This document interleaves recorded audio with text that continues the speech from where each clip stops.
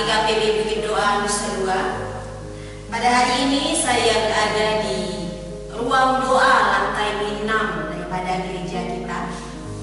Ruang doa ini terdiri dari 12 ruangan, dan di sini ada beberapa orang yang boleh datang ke tempat ini untuk berdoa, masuk ke masing-masing ruangan, berdoa kepada Bapa yang ada di surga. Dan pada saat ini kita pun akan membahas tentang doa. Jemaat yang dikasihi oleh Tuhan kita Yesus Kristus, tema pemberitaan firman Tuhan pada hari ini adalah kehidupan doa. Sebagai orang percaya, tentu kita sudah terbiasa dengan berdoa. Bahkan kita sudah mengatur jam-jam doa kita dalam kehidupan kita setiap hari. Bapak, Ibu, Saudara dan Saudari sekalian, orang Yahudi pada zaman Yesus juga sudah terbiasa dengan berdoa. Bahkan mereka dalam satu hari bisa minimal 3 kali berdoa. Misalnya pada jam 9, pada jam 12 siang, dan juga jam 3 sore. Dan pada hari ini firman Tuhan dalam kitab Injil Matius pasal yang ke-6 ayat yang ke-5 sampai dengan ayat yang ke-15, Yesus menyoroti kehidupan doa daripada pengikutnya, termasuk juga kita pada hari ini sebagai pengikut Tuhan Yesus Kristus. Apa sajakah itu? Mari kita perhatikan bersama-sama. Bapak Ibu, di dalam ayat yang ke-5 sampai dengan ayat yang ke-8, Yesus menasihati para pengikutnya, termasuk juga kita pada saat ini. Yesus menyampaikan, jikalau berdoa, janganlah berdoa seperti orang munafik, dan janganlah berdoa seperti orang yang tidak mengenal Allah. Orang yang berdoa seperti orang munafik adalah orang yang berdoa dengan motivasi yang salah. Mereka berdoa bukan supaya dilihat oleh Allah, tetapi mereka berdoa supaya dilihat oleh orang lain. Mereka berdoa supaya mereka dipuji, dihargai, bahkan bisa dikatakan mereka saleh. Demikianlah orang munafik berdoa. Lalu orang yang tidak mengenal Allah adalah orang yang berdoa dengan bertele-tele. Dalam artian mereka mengucapkan kata-kata yang banyak, mereka mengucapkan kata-kata yang panjang dengan pemikiran bahwa doa mereka akan dikabulkan oleh Bapa. Padahal sesungguhnya tidaklah demikian.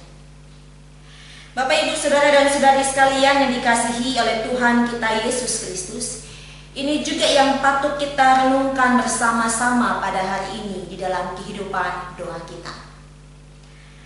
Apakah selama ini kita berdoa di depan orang banyak dengan maksud supaya dipuji orang, dilihat orang, dihargai oleh orang lain? Apakah selama ini kita berdoa dengan rangkaian kalimat yang begitu banyak, begitu panjang, begitu indah, namun sesungguhnya hati kita, pikiran kita tidak tertuju kepada Allah, tapi tertuju kepada orang-orang yang ada di sekitar kita? Mari kita renungkan bersama-sama. Dan Bapak Ibu, ketika kita berdoa, marilah kita berdoa dengan motivasi yang benar, dengan motivasi hati yang benar, dengan fokus kepada Allah. Bukan supaya dipuji oleh orang lain, bukan supaya dihargai oleh orang lain, bahkan dikatakan saleh oleh orang lain. Dan mari kita renungkan lebih dalam lagi. Misalnya, ada seseorang yang mengatakan kepada kita atau yang meminta kita, Pak, Bu, saya minta tolong dukung dalam doa.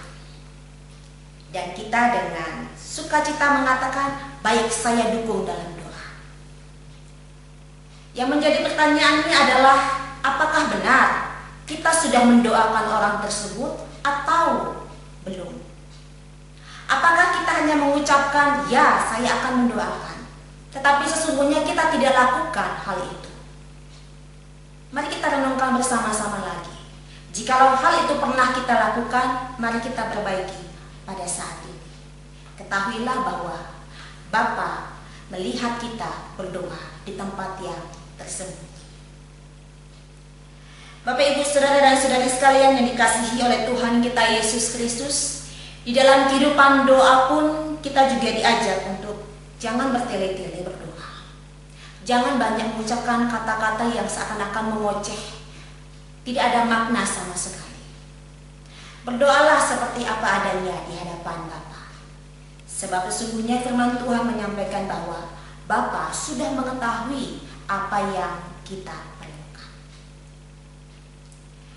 Jemaat yang dikasihi oleh Tuhan kita Yesus Kristus, setelah Yesus menasehati para pengikutnya, termasuk kita pada saat ini, untuk berdoa dengan motivasi yang benar dan jangan bertele-tele, Yesus pun mengajarkan doa Bapa kami. Tentu kita semua sudah mengenal tentang doa Bapa kami, sudah hafal dengan doa Bapa kami. Bahkan ada lagu-lagunya yang boleh kita nyanyikan bersama-sama.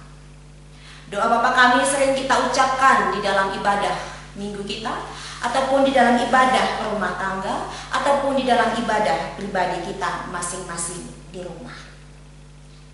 Pada hari ini firman Tuhan terkait dengan doa Bapa kami, kita diajak untuk memperhatikan kalimat doa ini.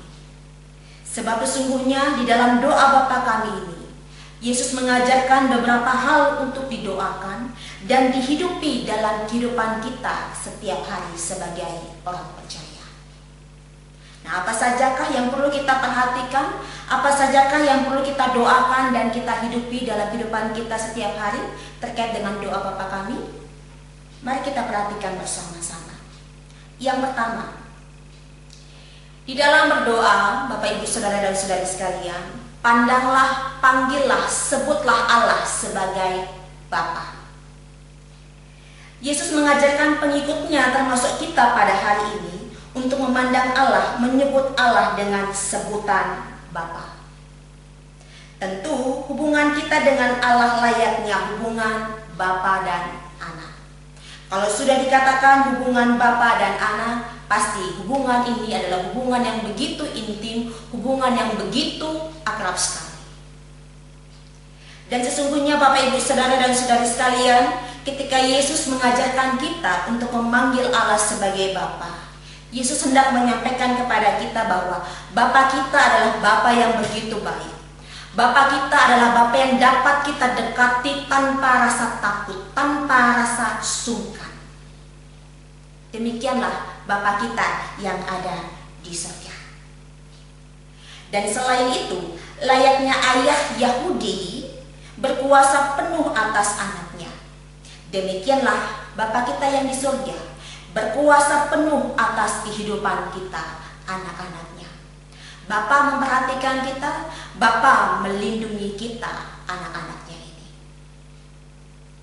Jadi jemaat yang dikasihi oleh Tuhan kita Yesus Kristus, ketahuilah ini dan sadarlah akan hal ini, bahwa kita memiliki Bapa yang begitu baik dan Bapa yang penuh kuasa atas kehidupan kita sebagai anak-anaknya.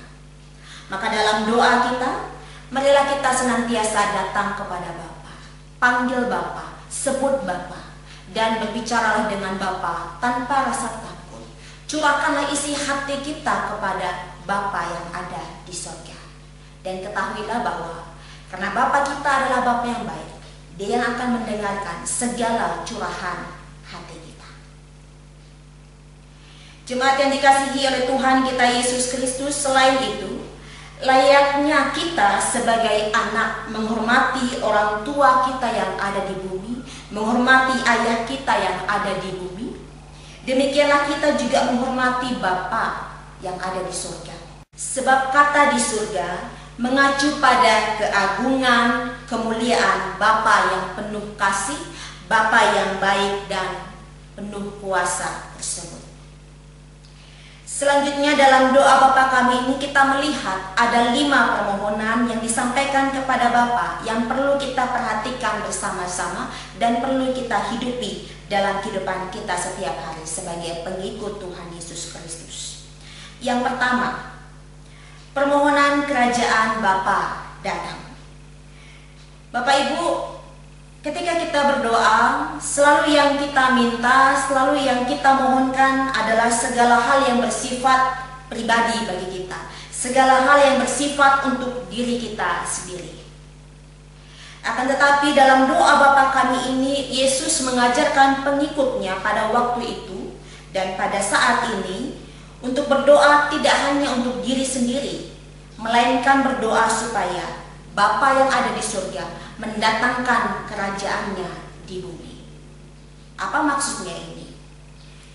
Kerajaan Allah dalam kitab Roma pasal yang ke-14 ayat yang ke-17 menyebutkan bahwa kerajaan Allah bukanlah soal makanan dan minuman, melainkan soal kebenaran, damai sejahtera, dan sukacita oleh Roh Kudus. Lebih luas lagi, Abineno dalam bukunya Khotbah di Bukit menyebutkan bahwa berdoa untuk datangnya kerajaan Allah berarti berdoa untuk mulainya pembaharuan, pemulihan hidup di segala bidang. Bukan saja di bidang religius, tapi juga di bidang politik, sosial, hukum, dan lain-lain. Jadi Bapak Ibu Saudara dan Saudari sekalian, dalam doa kita, terkhususnya dalam masa COVID ini, marilah kita memulai untuk mencantumkan agar kerajaan Allah, kerajaan Bapa datang di bumi, di mana pembaharuan, pemulihan terjadi di bumi dalam segala bidang. Dan biarlah kebenaran, keadilan, kesejahteraan, sukacita dapat terjadi di bumi. Tidak hanya di dalam kehidupan kita pribadi lepas pribadi, tapi juga bagi dunia, bagi lingkungan di mana kita tinggal. Selanjutnya permohonan yang kedua adalah kehendak Bapa yang terjadi. Saudara, kita juga seringkali di dalam doa kita memaksa Bapa untuk mengikuti kehendak kita. Di dalam doa kita seringkali memaksa Bapa untuk mengabulkan kehendak kita sendiri. Akan tetapi dalam doa Bapa kami ini, Yesus mengajarkan agar kita berdoa dengan mengutamakan kehendak Bapa di atas kehendak diri kita sendiri. Dan hal itu bisa kita lihat daripada Yesus Kristus ketika ia boleh bergumul berat di Taman Getsemani, di mana ia berdoa kepada Bapa, "Jikalau sekiranya mungkin, biarlah cawan ini lalu daripadaku. Tapi janganlah kehendakku yang jadi, tapi kehendakmu lah yang jadi." Maka dari itu Bapak Ibu Saudara dan Saudari sekalian, atas segala hal yang terjadi di bumi ini, atas segala hal yang boleh terjadi dalam kehidupan kita pribadi lepas pribadi, marilah kita berdoa supaya kehendak Bapa saja yang terjadi. Sebab kita tahu bahwa kehendak Bapa adalah kehendak yang terbaik bagi kita semua. Selanjutnya permohonan yang ketiga adalah permohonan akan kebutuhan sehari-hari. Kita dapat meminta, kita dapat memohon kepada Bapa berkaitan dengan makanan. Dan makanan ini di sini adalah semua kebutuhan hidup kita sehari-hari, agar Bapa cukupkan demi kelangsungan hidup kita. Bapak Ibu Saudara dan Saudari sekalian, ketika Yesus mengajarkan doa untuk memohon makanan kepada Bapa, secara tidak langsung Yesus juga memberitahu kepada kita bahwa Bapalah pemelihara kehidupan kita.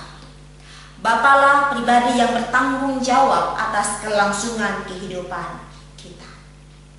Maka dari itu kita boleh terus-menerus berdoa, memohon agar Bapa boleh mencukupkan segala kebutuhan kita. Selain itu, kalimat dalam doa Bapa kami ini yang berkaitan dengan makanan juga mengajarkan kita untuk hidup berkecukupan, hidup sederhana.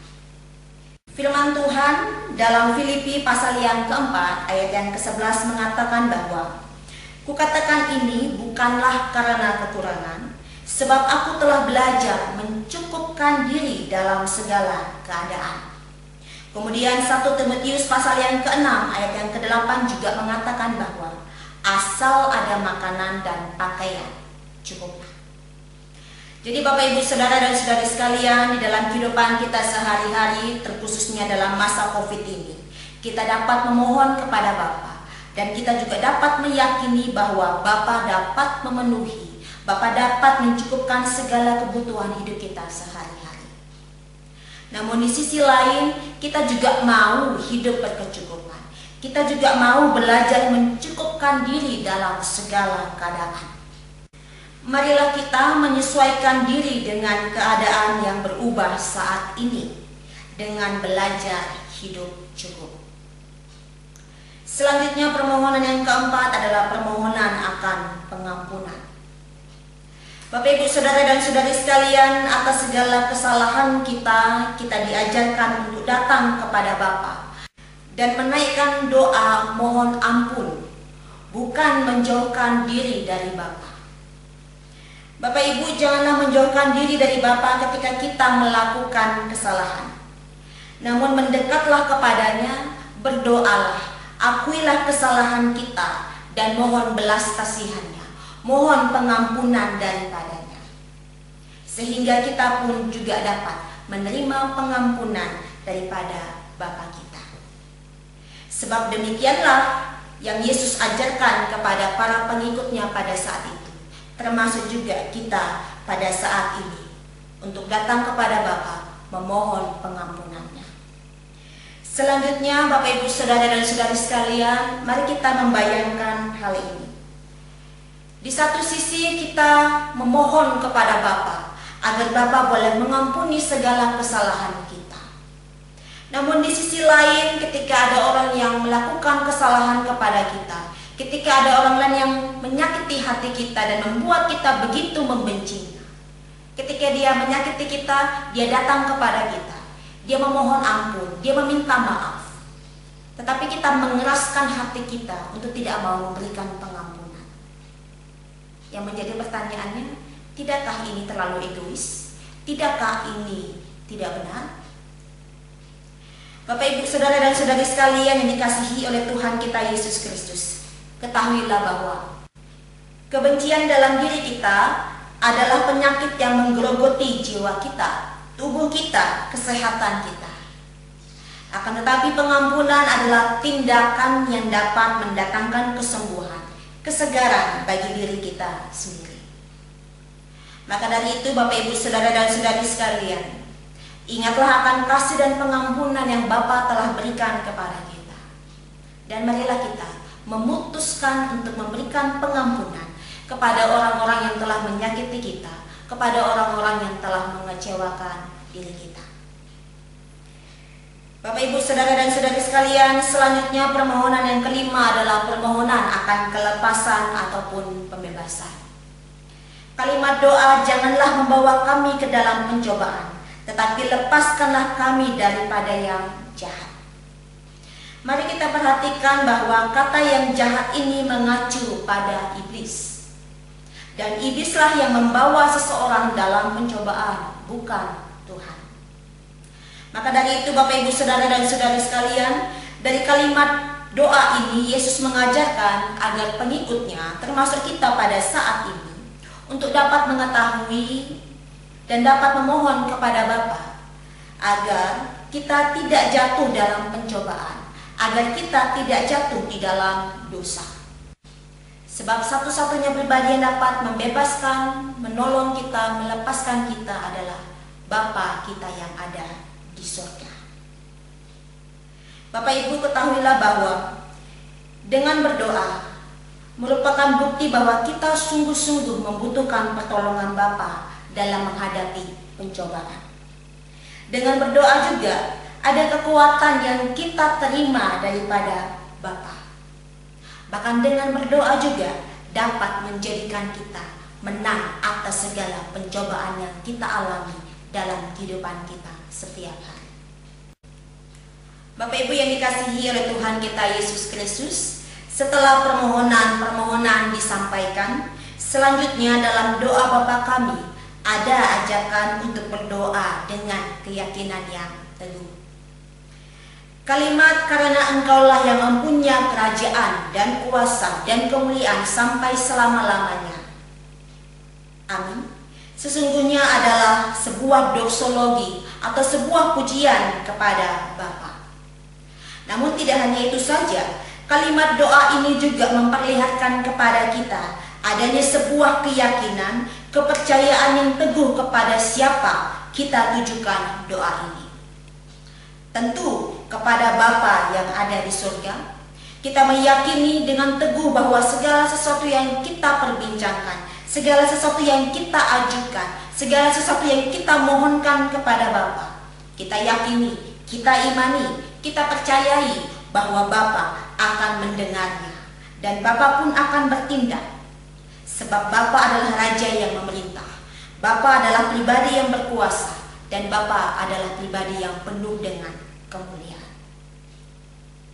Jemaat yang dikasihi oleh Tuhan kita Yesus Kristus, minggu ini adalah Minggu Rogate, yaitu minggu yang mengingatkan kita untuk terus-menerus berdoa.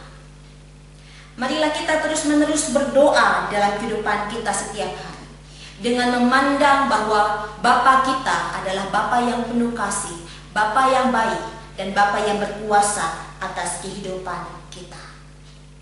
Dan tidak hanya itu, marilah kita juga berdoa, menaikkan permohonan demi permohonan kita kepada Bapa. Akan tetapi, tidak hanya untuk diri kita saja, tetapi juga berkaitan dengan syafaat, doa-doa yang umum kita panjatkan kepada Bapa.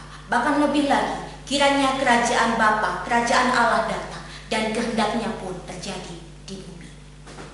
Dan selanjutnya marilah kita juga boleh berdoa terus-menerus dengan keyakinan yang teguh kepada Bapa. Sebab firman Tuhan berkata bahwa doa orang yang benar, bila dengan yakin didoakan, sangat besar kuasanya. Dan selanjutnya Bapak, Ibu, Saudara, dan Saudari sekalian, marilah kita juga boleh memperhatikan kehidupan doa kita. Bila ada yang salah, marilah kita memperbaikinya. Secara khusus marilah kita boleh berdoa dengan motivasi yang benar, dengan hati yang tulus yang ditujukan kepada Bapa kita yang ada di surga. Dan marilah kita juga boleh berdoa dengan tidak bertele-tele. Selanjutnya marilah kita hidup dalam doa kita. Dengan kata lain, kerjakanlah atau lakukanlah apa yang kita doakan. Secara khusus pada hari ini berkaitan dengan doa Bapa kami, marilah kita boleh belajar bersama-sama untuk hidup di bawah kehendak Bapa yang ada di surga. Marilah kita juga boleh bersama-sama hidup berkecukupan, belajar mencukupkan diri dalam segala keadaan. Dan marilah kita juga boleh memohon ampun atas segala kesalahan kita kepada Bapa. Dan terlebih lagi, kita juga boleh memberikan pengampunan kepada orang yang bersalah kepada kita. Dan marilah kita juga boleh percaya dalam kehidupan kita setiap hari bahwa Bapa adalah pribadi yang dapat menolong kita, melepaskan kita, membebaskan kita, menguatkan kita atas segala pencobaan yang kita alami dalam kehidupan kita setiap hari. Jemaat yang dikasihi oleh Tuhan kita Yesus Kristus, pada hari ini GKPB memasuki bulan misi Pentakosta 2020 dengan subtema Janganlah Takut, Bersatulah dan Tetap Bersaksi dengan Kuasa Roh Kudus. Bapak Ibu, segala ketakutan kita dapat kita bawa dalam doa kita kepada Bapa. Dan percayalah bahwa Bapa pun akan menghilangkan rasa takut kita dan memberikan damai sejahtera bagi kita. Selanjutnya marilah kita juga boleh bersatu dalam doa kita, memohon pertolongan Roh Kudus untuk menolong kita, memampukan kita di dalam menyaksikan Injil keselamatan kepada orang banyak. Dan biarlah nama Tuhan saja, nama Bapa saja yang dipermuliakan. Dan pada akhirnya saya mengajak kita semua, marilah kita boleh bersama-sama berdoa secara terus-menerus. Marilah kita juga boleh memperbaiki kehidupan doa kita. Dan marilah kita juga boleh hidup di dalam doa kita, terkhususnya yang berkaitan dengan doa-doa dalam doa Bapa kami. Dan marilah kita juga boleh bersama-sama menjadi saksi Kristus dengan pertolongan Roh Kudus. Kiranya firman Tuhan ini memberkati kita semua. Saat teduh bagi kita.